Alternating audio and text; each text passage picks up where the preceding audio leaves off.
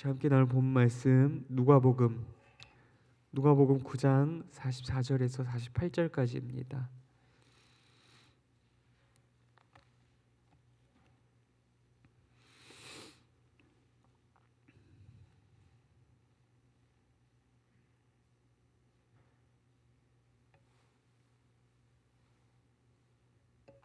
누가복음 9장 44절에서 48절까지 한 절씩 교독하시고 48절 말씀 합독하도록 하겠습니다.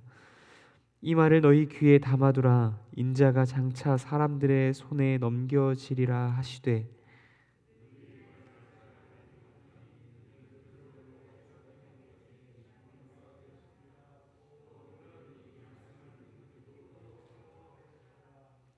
제자 중에서 누가 크냐 하는 변론이 일어나니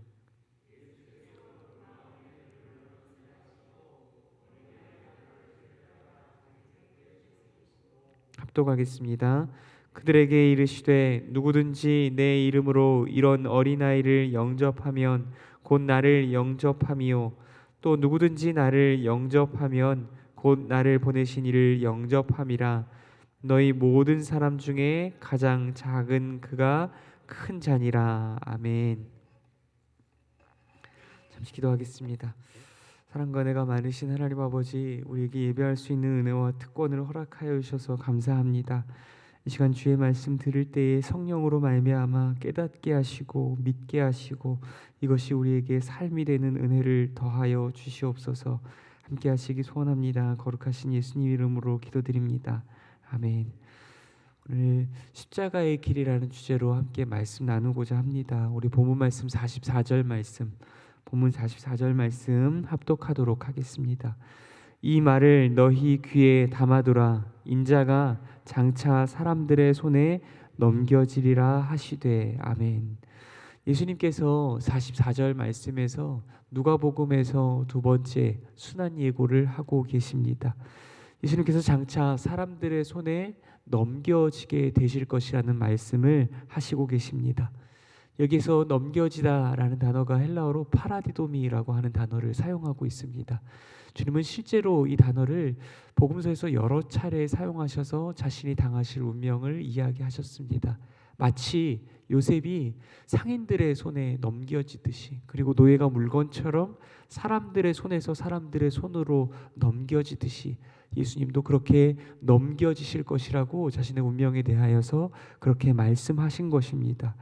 복음서에 보면은 정말로 예수님께서 대제사장들과 서기관들의 손에 넘겨지시고 그리고 로마인들의 손에 넘겨지시며 십자가에 못 박히도록 넘겨지는 모습들이 이 단어를 사용해서 복음서 가운데에서 표현되어지고 있습니다. 그렇다면 예수님의 이러한 순환 예고를 들은 제자들의 반응은 어떠했을까요? 우리 말씀 함께 읽어보도록 하겠습니다. 본문 45절 말씀 합독하도록 하겠습니다. 그들이 이 말씀을 알지 못하니 이는 그들로 깨닫지 못하게 숨긴 바 되었음이라. 또 그들은 이 말씀을 묻기도 두려워하더라. 아멘. 예수님의 이 순환 예고를 들은 제자들의 반응은 어떻습니까? 그들은 깨닫지 못했습니다. 과연 이들이 정말 지혜가 없어서 깨닫지 못한 것일까요? 예수님께서는 스쳐 지나가듯이 그냥 한 번 말씀하신 게 아닙니다. 적어도 누가복음 안에서만 두 번째이고 아마도 수차례 말씀하셨을 것입니다. 아마 제가 볼 때는 제자들은 깨닫기 싫었던 것 같습니다. 왜냐하면 45절 말씀 끝부분에 보면은 이 말씀을 묻기도 두려워하더라 라고 이렇게 기록하고 있기 때문입니다. 제자들은 깨닫지 못했다기보다는 깨닫지 않은 것이고 깨닫기 싫은 것처럼 보여집니다. 왜냐하면 그들은 두렵기 때문입니다. 그들이 과연 두려워하는 것은 무엇일까요? 두려워하는 이유는 무엇일까요? 내가 주를 위하여 배도 버리고 그물도 버리고 직장도 버리고 직업도 버리고 집도 버리고 가족도 버리고 나의 모든 것을 버리고 주를 따랐는데 그들이 바라고 원한 결과가 이것이 아니었을 텐데 말입니다. 그들이 정말로 생애의 모든 것들을 포기하고 주님을 따랐는데 주님이 마치 노예처럼 물건처럼 사람들의 손에서 손으로 팔려가고 넘겨질 것을 상상하니 그들은 정말로 두려웠던 것입니다. 그래서 제자들은 예수님께 다시 묻지 않았습니다. 정말로 예수님이 맞다라고 확인 사살하실까 봐. 정말로 이 두려운 현실이 그들에게 들이닥칠까 봐 두려운 마음에 그들은 아예 그들의 머릿속에서 예수님의 이 말씀을 지워버리기로 한 것입니다. 그들은 깨닫지 못한 것이 아니라 깨닫지 않은 것이고 깨닫기 싫은 것입니다. 그럼에도 불구하고 결과적으로 제자들은 예수님의 이 말씀을 깨닫지 못한 것임에 분명합니다. 왜냐하면 이 순환예고 직후에 일어난 사건이 그들이 하나님의 나라와 그리고 십자가의 길로부터 얼마나 멀리 떨어져 있는 자리에 머물고 있는지를 여실히 또한 적나라하게 보여주고 있기 때문입니다. 본문 46절에서 제자들이 변론을 벌이기 시작합니다. 여러분, 예수님께서 십자가의 길에 대하여서 순환 예고에 대하여서 말씀하시고 나서 제자들이 변론을 벌였습니다. 과연 어떤 주제로 변론을 벌였을까요? 얘들아, 제자들이 서로 이렇게 얘기하는 거죠. 얘들아, 예수님께서 우리 주님께서 우리 선생님께서 십자가에 넘겨지신데 우리가 이제 어떻게 하면 좋을까? 우리가 이제 어떻게 하면 좋을까? 이러한 주제를 가지고 변론을 했을까요? 우리 말씀을 통해서 한번 확인해 볼 수 있도록 하겠습니다.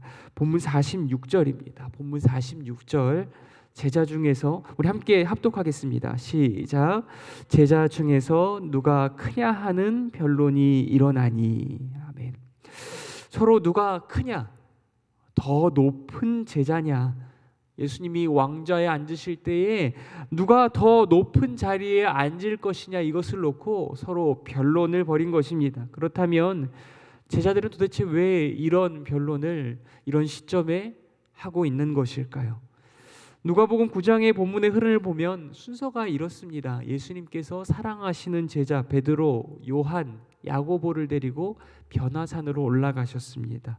그리고 그들에게 약속하신 대로 무엇을 보여주셨습니까? 하나님의 나라를 보여주셨습니다. 그런데 공교롭게도 그 사건 이후에 베드로와 야고보와 요한과 예수님이 산에서 내려올 때 어떤 일이 일어났습니까?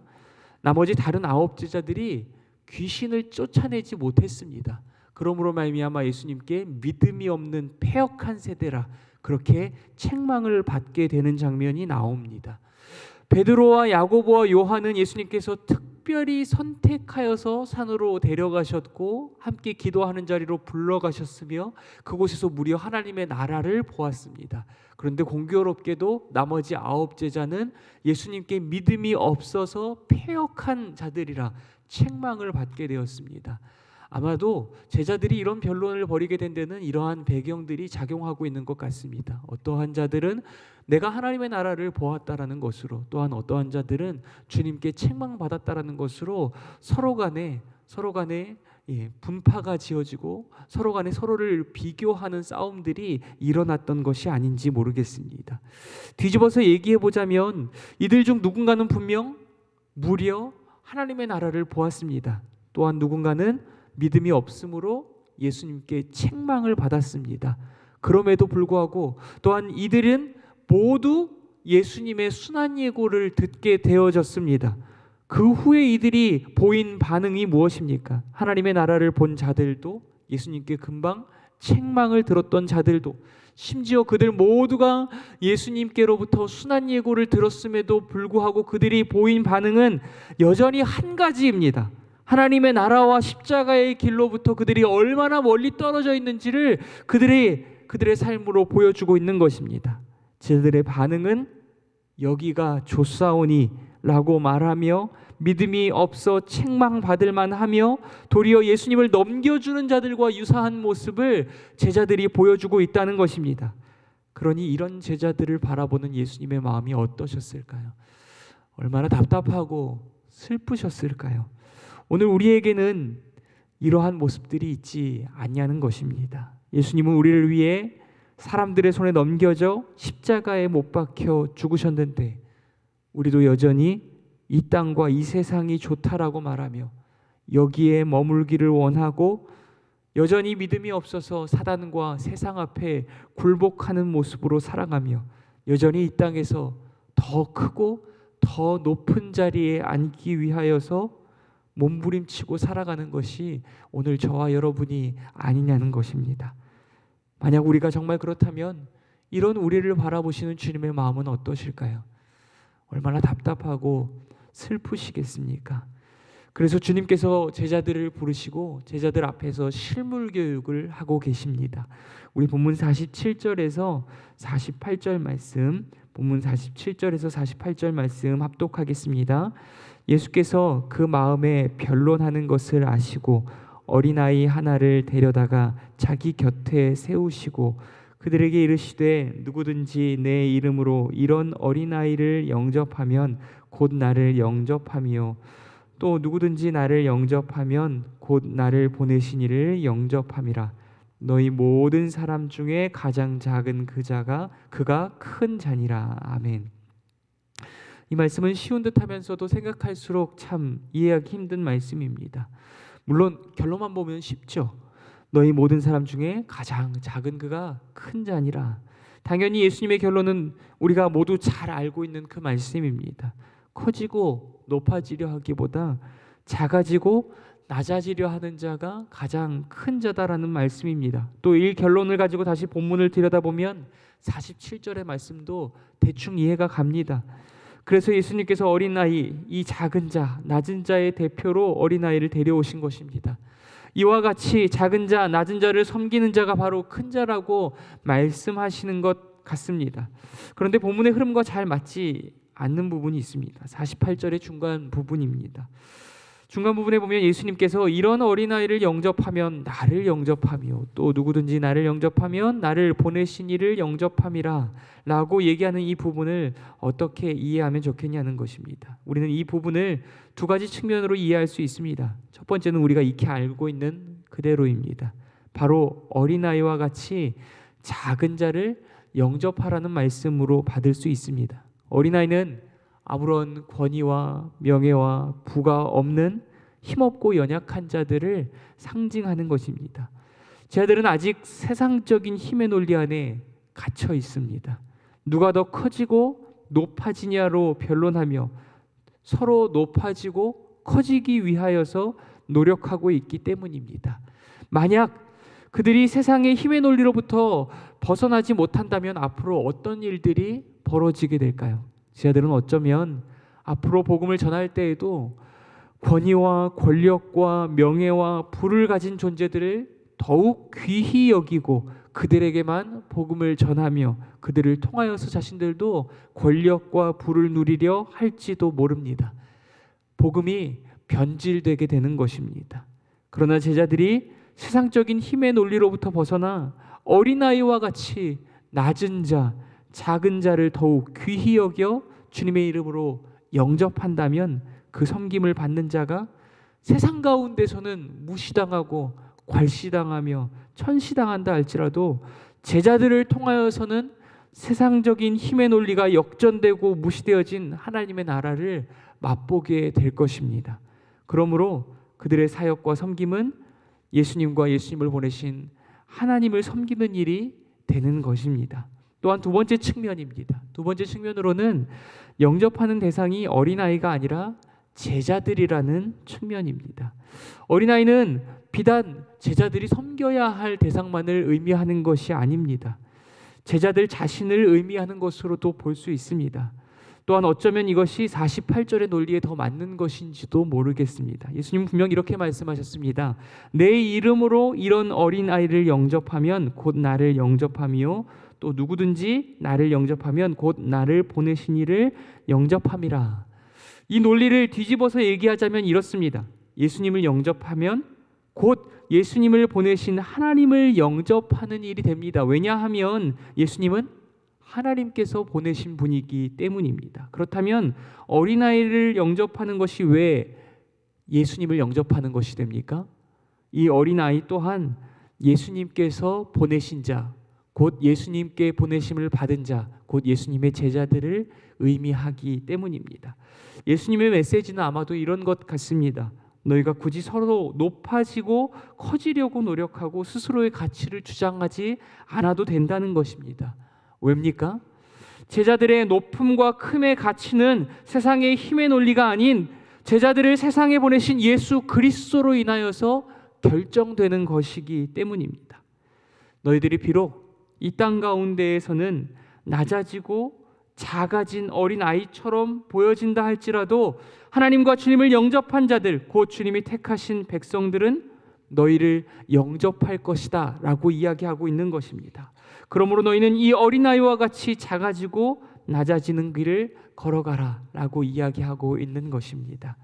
사랑하는 성도 여러분, 오늘 이 말씀을 통하여서 우리가 이런 교훈을 받기를 간절히 소원합니다. 우리는 이 땅의 힘의 논리가 아닌 우리를 택하여 이 땅에 보내신 예수님에 의해 우리의 가치가 결정되어지는 줄 믿습니다. 그러므로 세상의 힘의 논리에 따라 높아지고 서로 커지기 위하여서 노력하기보다 예수님께서 먼저 그 길을 걸으셨듯 낮아지고 작아지는 길을 걸어가시는 저와 여러분이 될 수 있기를 간절히 소원합니다. 또한 작은 자를 크게 보며 주님의 이름으로 작은 자들을, 힘없고 연약한 자들을 크게 여기고 존귀히 여겨 그들을 섬기는 길을 걸어가는 저와 여러분이 될 수 있기를 소원합니다. 우리가 세상에서 멸시받고 천시받고 괄시받는 작은 자들을 주님의 이름으로 영접하고 섬길 때 그들이 이 지옥 같은 세상 가운데에서 천국을 맛보게 될 줄 믿습니다. 이것이 바로 예수님을 따라 십자가의 길을 걷는 자들의 삶이며 우리의 삶이 이러한 모습으로 드러나기를 간절히 소원합니다. 오늘 말씀 묵상하시면서 주님, 내가 이 어린 아이와 같이 낮아지기를 소원합니다. 또한 이 어린 아이와 같이 작고 천한 자들을 더욱 존귀히 여겨 그들에게 이 땅 가운데서 하나님의 나라를 맛보여주는 귀하고 복된 섬김의 길을 걷게 하여 주시옵소서. 우리 말씀 묵상하시면서 함께 기도하며 나아갈 수 있도록 하겠습니다. 또한 가정과 교회와 나라 민족을 위하여서도 함께 기도할 수 있도록 하겠습니다. 기도하겠습니다.